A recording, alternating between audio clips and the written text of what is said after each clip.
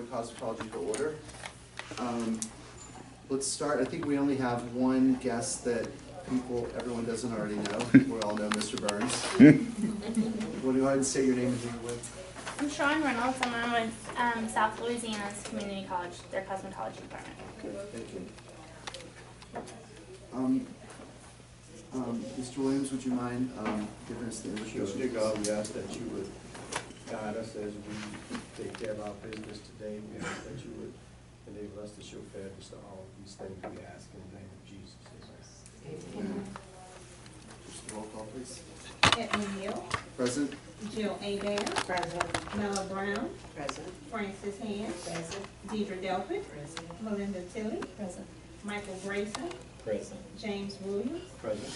8 board members present, and there is a quorum. Thank you. Our first order of business is a motion to accept the agenda. I make a motion. Accept the agenda. Second. All in favor, say aye. Aye. Agenda is accepted. Okay, so we're ready to start with our first, oh, wait, sorry. I don't know why I'm jumping ahead. Thank you. Next is a motion for disposition of the March 5th, 2018 board meeting minutes. I make that motion. Second. All in favor, say aye. Aye. Okay, now we're ready for South Louisiana Community College change of hours. Good morning. Our program is requesting a change of hours. We are a semester-based college, so cosmetology school, just like a college program. So we run a little bit differently than the traditional cosmetology school. Our current semester, our spring semester, is going to be ending May 4th. That'll be their last day of school, and they're scheduled to return June 4th for their clinic floor experience class, and the schedule is June 4th to July 27th, and the hours will be Monday through Thursday from 8 to 1:40 with 1:55 with a 30-minute lunch. So 8 to 1:55, they'll have a 30-minute lunch in there that they're required to have from our school. Monday through Friday, it's an 8-week course. And then we'll close for a couple of weeks, and we'll reopen August 13th for our fall semester. So in this, you're here for approval of the change of hours? Yes, sir. So we're ready then to hear a motion to approve the change of hours, unless is there any questions, comments on that? I think it's pretty I have a question. Yes, sir. You open Monday through Thursday and you close Friday and Saturday, am I correct? Yes, sir. Just for summer. Oh, okay. Their summer program is slightly different from our fall and spring semester. They try to get it a shorter class so they can have the summer break, and they schedule, it's 150 clock hours spread over a certain amount of weeks. So when you go back to the fall and spring semesters, you're going to be...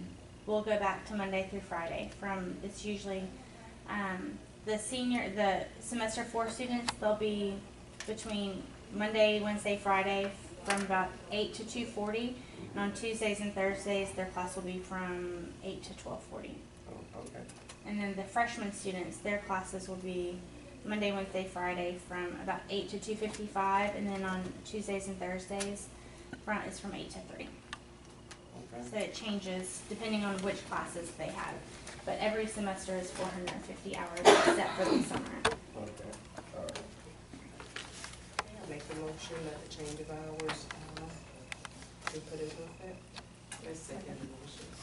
All in favor, say aye. Aye. Thank you. Thank you.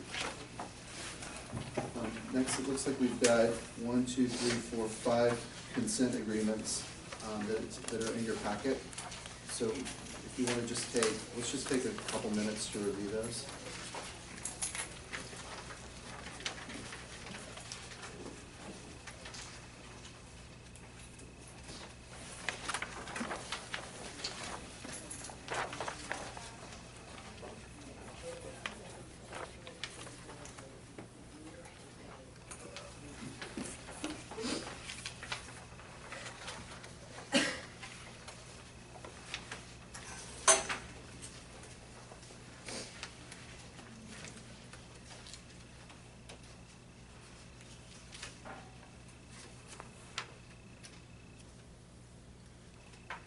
questions or comments on the consent agreements?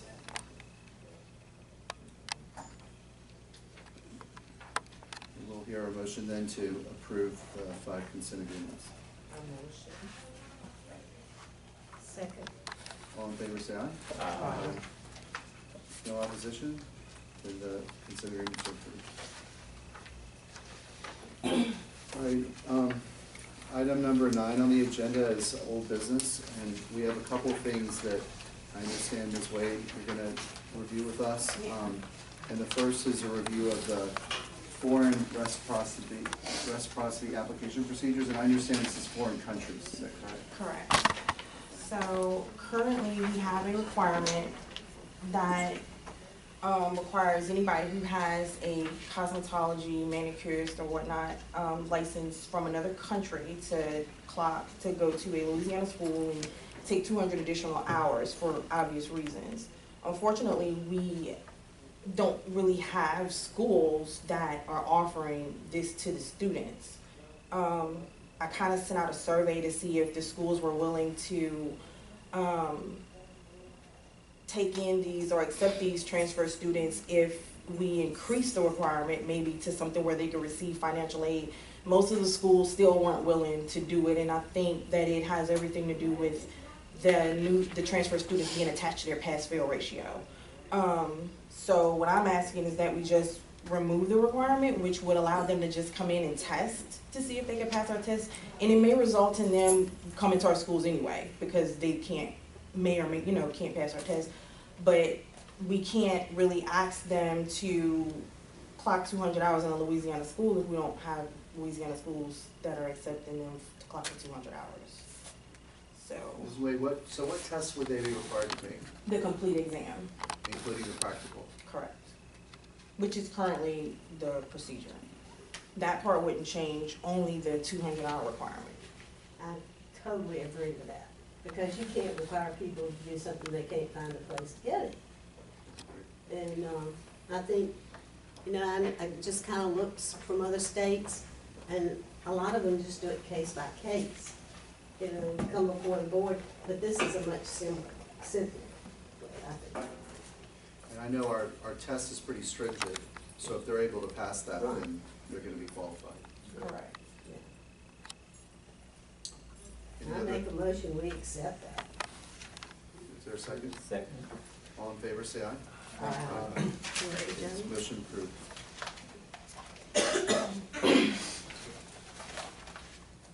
So the next item is with regard to microblading signage, which is the unregulated activity that we agreed with. It's unregulated by us, but regulated by the Department of Health and Hospitals, that we agreed could occur in salons and spas, aesthetics facilities, salon facilities under certain circumstances. So, Ms. Wade?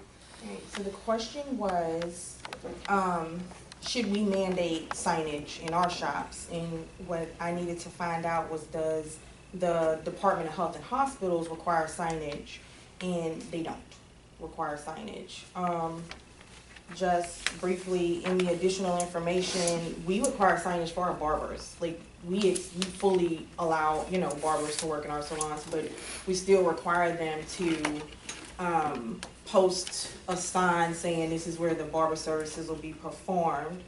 And then I just personally think that it's just for our inspectors' information, for their protection. There's no other way to determine if what's going on in that room without the signage. A lot of states are doing it. Some don't even allow it in their salons, but the ones that do, a lot of them are requiring the signage. And it's just like different states require different signage. One state just says that you just have to post what's actually going on in the room. Another state requires where it just says services performed in this room are not regulated by the Board of Cosmetology. So it's definitely up to you guys if you want us to require the signage, but it's going on in a lot of other states. So why do we require this signage for barbers that are working in salons? To inform the inspectors so they know those are the people we can't necessarily inspect that area. It's a provision in the law that was part of a settlement of law. Okay. All right. So I have a question. So if you walk into a unisex salon and you see the barbers, you still have to have a sign? Yep, it tells you the requirements of the law. No, they ain't set the rule. If they're in separate rooms, Yeah, that's what. if it's separate facilities. then- No, one roof, under the same roof, but the room, you know, the building is divided. And you still have to have the signs? Yes, and the barber's rules, I think, require signage as well, For cosmetology. if barbers are working. Okay. At each station, Is it, at the station, they will have barber? barber. I know the license is said to be.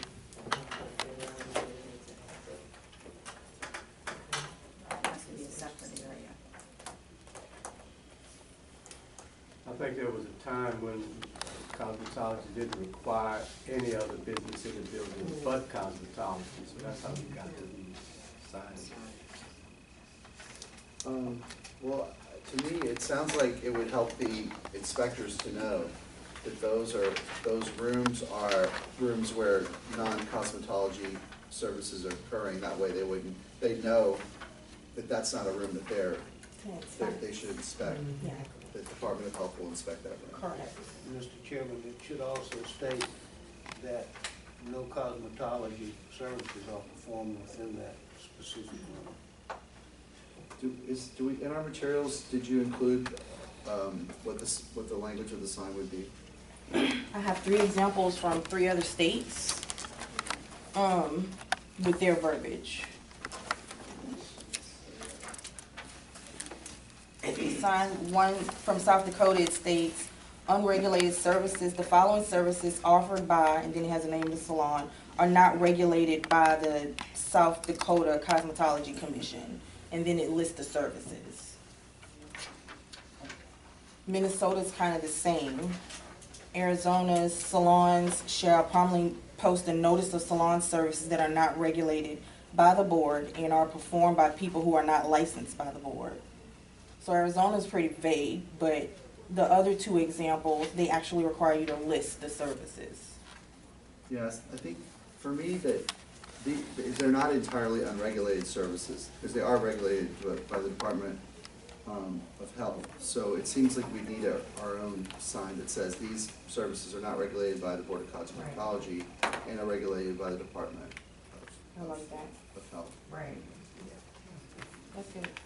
Mr. Chairman, we could have several examples ready by the next meeting. If the board feels that this should be accomplished, we will give you enough examples that you can pick from, and we can put into service after that. Makes sense to me. Do we need a vote on getting the sign made, or can we vote once we get the sign? I think we should defer the vote on this until we get the actual language of the sign. Okay. And we can get that approved at the main meeting. Okay? Unless you,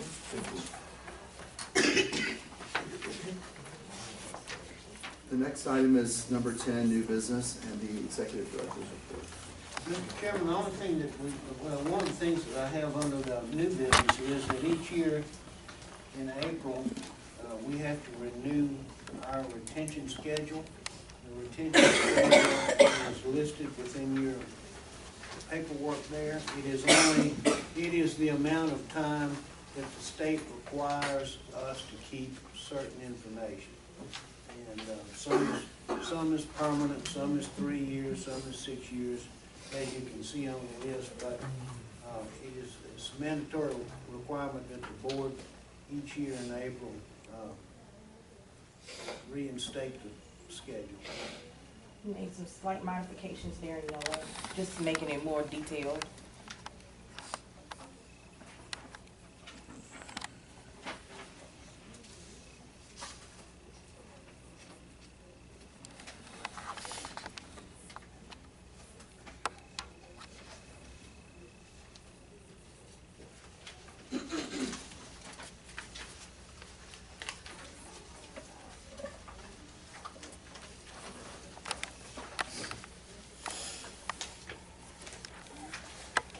Any questions on the records retention schedule?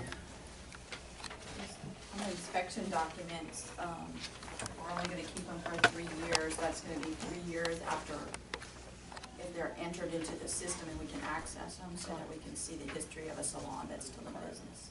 It might need to be clarified on the remarks Okay, to get it approved because we would have another record of that okay. information.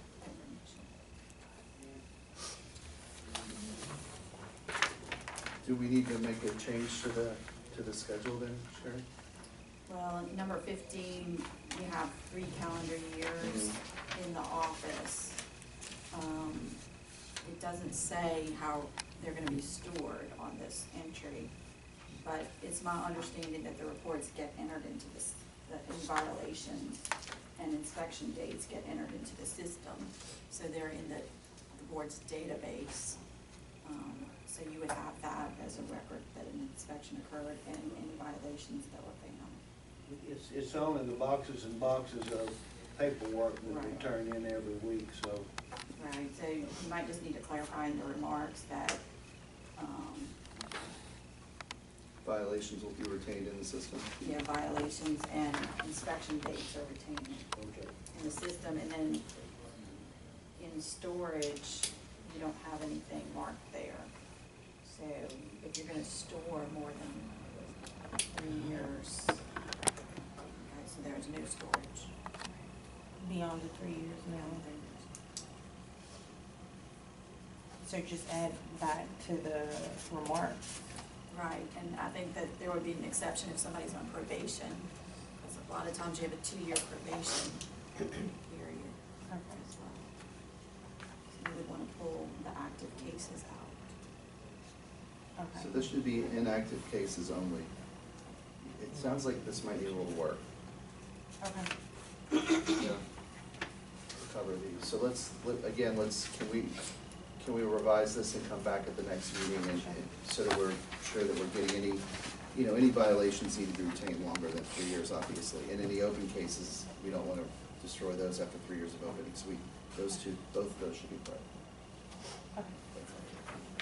We can improve it and come back and revise just that one next time if you would. Yeah, we can do that. So do you want to approve it subject to the revisions being done for next meeting? Yes. Jill, you want to make a motion for I me? want to make a motion to approve it. Second. I second. All in favor, say aye. Aye.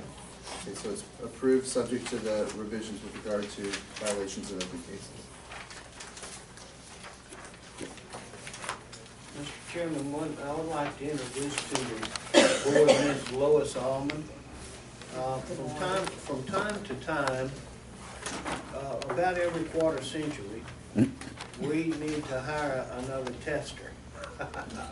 And so I think that in our testing department, we have probably 160 years of experience. It is time for us to train and to have an additional tester, in that many times one of our testers may need to be out, or at some point in the near future one may resign. And Mrs. Allman is an instructor, has been in the business for these many years, has been in training now for a couple of weeks with the testers, and she would make an excellent tester for us.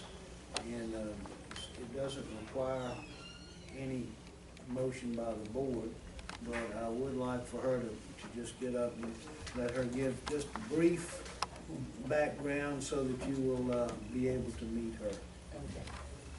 How y'all doing today? Well, I'm Lois Allman, and I've been with this facility since 2002. And I wrote one of the curriculums for her, for the teachers. And so this is my passion. I have 12 kids, and I homeschooled for 12 years. So all of them grown and gone. But I believe in education, and this is my passion. So that's why I'm here. I've been here like a month or something. Mr. Young. I'm enjoying it, and I appreciate you all, considering me as, or Mr. Young as part of the team. All right? Thank you very much. Welcome Appreciate aboard.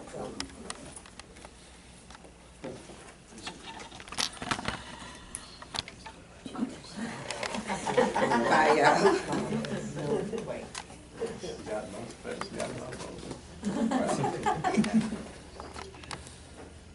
Mr. Chairman, I don't know of anything in particular other than I know that Sherry needs to go over some of the information on our legislation.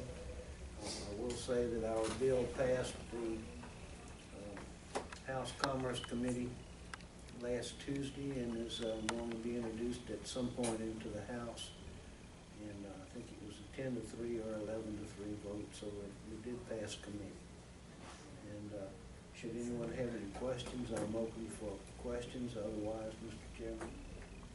Any questions for Mr. Young? No? Thank you. All right, and the last item, it's a very short agenda today, is our attorney's report. So Ms. Morris. Okay, at the last meeting, we passed out the bills that had been pre-filed. Those are the only bills, no additional, the deadline to file bills has now passed, and there are no additional bills on cosmetology. One of the bills, the Senate bill, which would have increased the training requirements from 500 hours to 1,000 hours for alternative hair care or braiders by Senator Barrow, failed in committee. So it was not reported by the committee, so it won't advance to the floor. So that bill is not active anymore. Representative Emerson had two bills, one that dealt with shampoo assistants and threaders. She has not moved the bill regarding, well, actually there's two bills. One that shampoo assistants and threaders is one bill, which she did not advance out of the committee yet. I don't know what her intentions are with that bill. Her bill on alternative hair care and braiding did advance out of the House. She indicated that she would submit I'm trying to just check, because I'm waiting for her to send me an email. She said that she would work with the board with some amendments before it got to the floor. I let her know that the board was meeting this morning. We had a 9 o'clock meeting, and it was a rather short agenda. We have been in communication since last week about these amendments, and we've not received them.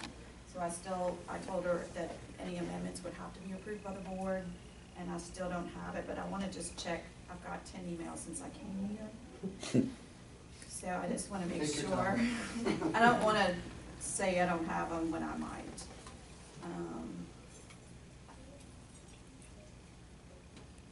And I'm actually just going to text her and say,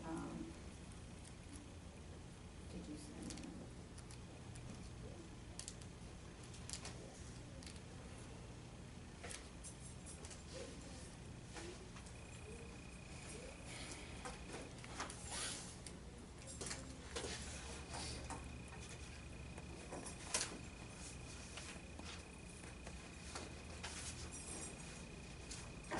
I just said, did you send the amendments? The board is about to adjourn. But anyway, her bill would deregulate braiding, and it's, the opposite of what Senator Barrow's bill would do. Senator Barrow did in committee reduce her bill from 1,000 hours to 500 hours, which would have taken what you all put into rules many, many years ago, not actually these people, but the board, many years ago, and put it in the statute. So it would have been consistent with our rules, but like I said, it didn't get out of committee, so that bill is really not up for consideration anymore. And the bill that will go to the House floor, it is on the House floor. It was scheduled for debate. Representative Emerson passed over the bill, stating that she would work with the board, and so it's still sitting on the House floor. I just texted her and let her know that we're about to adjourn the meeting, and I still don't have the amendment. So I thought I was gonna have amendments to review this morning and, discuss, but I don't have. Well, I mean, we don't have anything really to vote on, but can we get a sense from the board on, On the hours requirement, anyone want to speak to that? If that's something, the 500 hours is something we feel like needs to stay. It's something we're going to vote on, but I just think it'd be good to get people's feedback on that. She did tell me in a text yesterday that what she asked, the amendment she asked for was to create registration for the braiders. The fee would be $25 or whatever it is right now. They would be mailed a brochure or do an online sanitation course and would be inspected by the board. That would be the individuals. There would be no education other than sanitation. So it would wipe out the 500 hours that currently exist and has been in existence for a long time. And it doesn't address the issue of the facilities or what facility requirements there would be. I think this is pretty similar to what Mississippi has that we discussed last year, but it totally takes out the education portion, except for some small sanitation course. I have a question. How does that, there's no education required. How would that affect a person who wants to go into business, establish a salon, if you will, that does braiding? That is one of the issues that we discussed with her last year in the meetings that I haven't met with her this year, but I met with her last year, that there needs to be some type of facility where it can be performed, and the facility needs to meet some sort of requirements. But that was not something last year. You know, this is the Institute for Justice's bill that she is putting forward, and so last year I tried to, you know, talk with them about requirements, but they were pretty much no regulation. So since we could not do any regulation, then there really is not much discussion. It didn't matter what we offered to try to, you know, make sure that the individuals were competent and the consumers were protected and that the health issues were addressed, because they were nothing. And so I think Representative Emerson's looking at it a little bit differently this year, and also the person from the Institute of Justice is a different individual than we were dealing with last year. But again, they're still against any training. And there was a lot of testimony. You might want to pull it up on the internet. You can pull up the committee hearing on Senator Barrow's bill about why the training is needed to protect the consumers and to address health issues. Questions? Will we then change it to a hair braiding license instead of alternative hair design? Because it's way more than just braiding hair. But everybody keeps talking about hair braiding, hair braiding, hair braiding. Right, you have to prep the scalp and hair. But so we just need to know, are we changing it to hair braiding? We don't know until the legislature Okay. returns. Because that, you might want to make that clear to Emerson as well, that it's not just hair braiding. We have. Okay. You want to say something? I'm sorry, you came in late. I did. I spoke at the hearing as well, and of course in the interest of public safety and sanitation, but also in the interest of the reputation of every cosmetologist.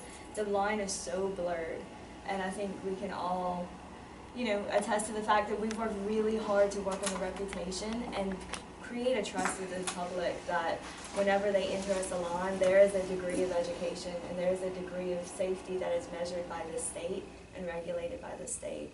And this deregulation, as y'all spoke to, it does not just concern grading. This isn't just a generational pastime that someone will be, it's not like I'm painting clamshells and selling it at, you know, a local boutique for decor. This is touching people, and like any medical field, there has to be education around what happens when I touch another person, just like nursing, just like medical assistance.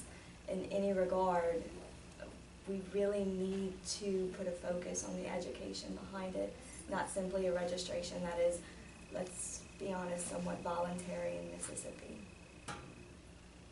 Thank you. Sure. Any other comments, questions? Would this mean that braiding would no longer be considered a profession? It wouldn't be regulated. It would not be subject to any type of regulation if the bill passes in its current form.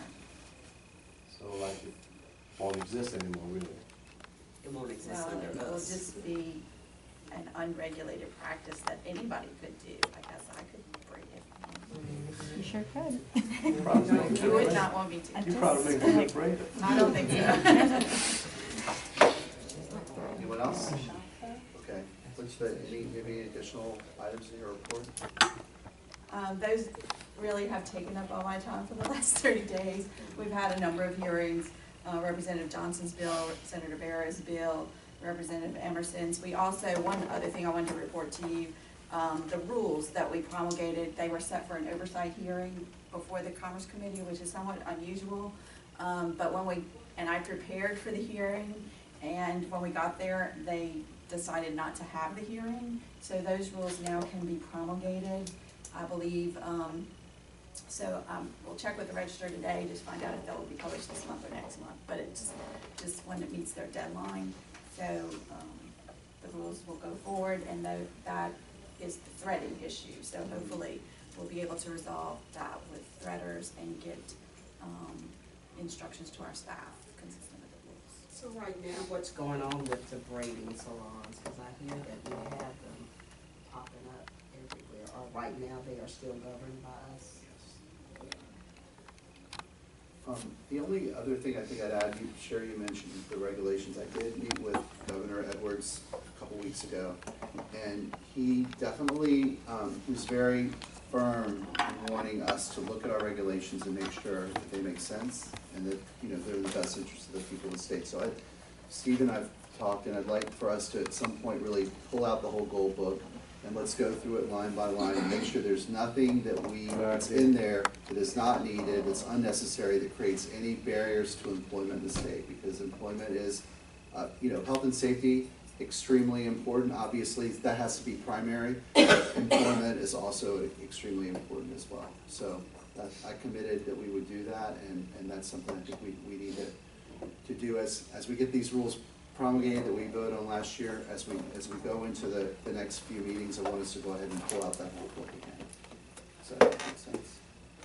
And that's kind of what my concern was about braiding. If it's not regulated, in the sense it's kind of under the table. So how would that affect employment? You know what I'm saying? Well, I mean, and I'm not asking you the question, I'm just saying. The question I have is there an unlimited number of people in the world who want to go to get their hair braided? I don't think so. So I think even if we had, say we had 20,000 people who said, now I'm a braider, because there was no regulation, would there be any business for those people? I would suggest to you, probably not. So, but anyway, that's a philosophical conversation for another day. Yes, ma'am. When I grow up, all the girls will braid. I feel like it depends on the area that you're working in. Braiding, it's very popular. It's very popular.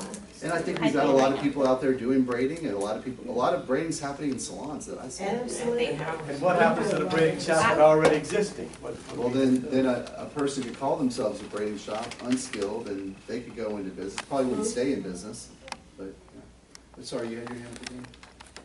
Correct me if I'm wrong, extensions will still fall under the hair braiding category. So what we're essentially doing is we're saying that this group is going to go to school for 1,500 hours, and you'll learn all of the techniques in which you'll use on extensions: coloring, cutting, application, maintenance, product usage, safety, sanitation.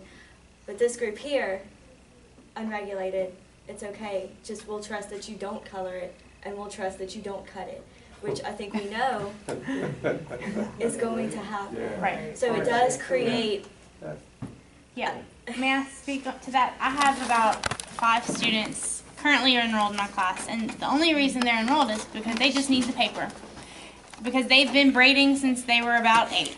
And I can't teach them more than they know about braiding, but I know that there's someone out there that can.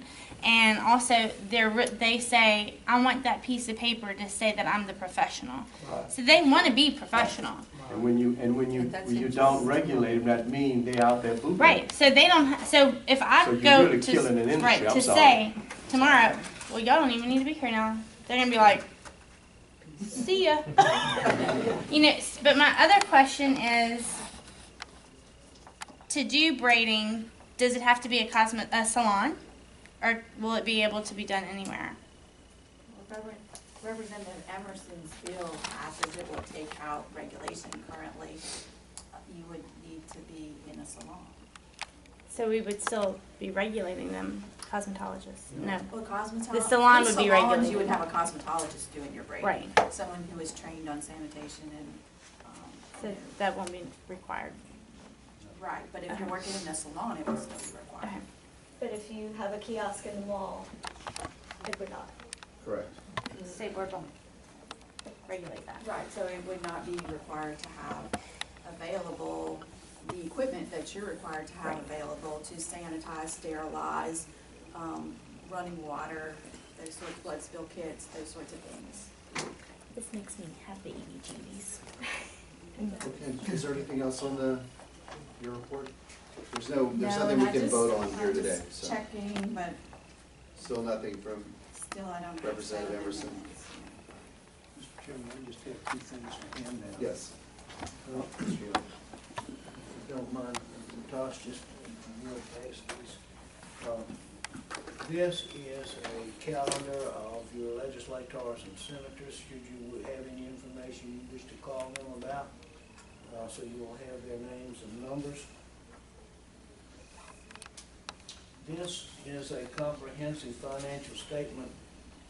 It is the audit from last year, and it gives you the full audit, which they found no issues with whatsoever, but at least you will have this, and if you want to spend an hour going through each page, you may do that, so it will be yours.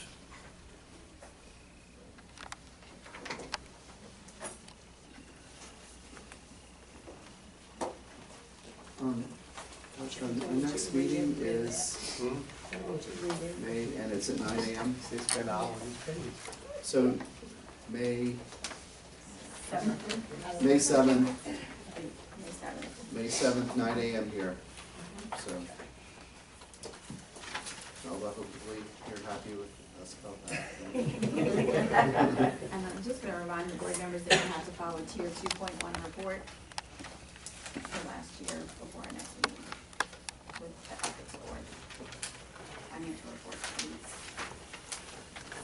Any other questions, any other matters before the board? Okay, hearing none, we're ready for a motion to adjourn. All in favor, say aye. Any- Thank you.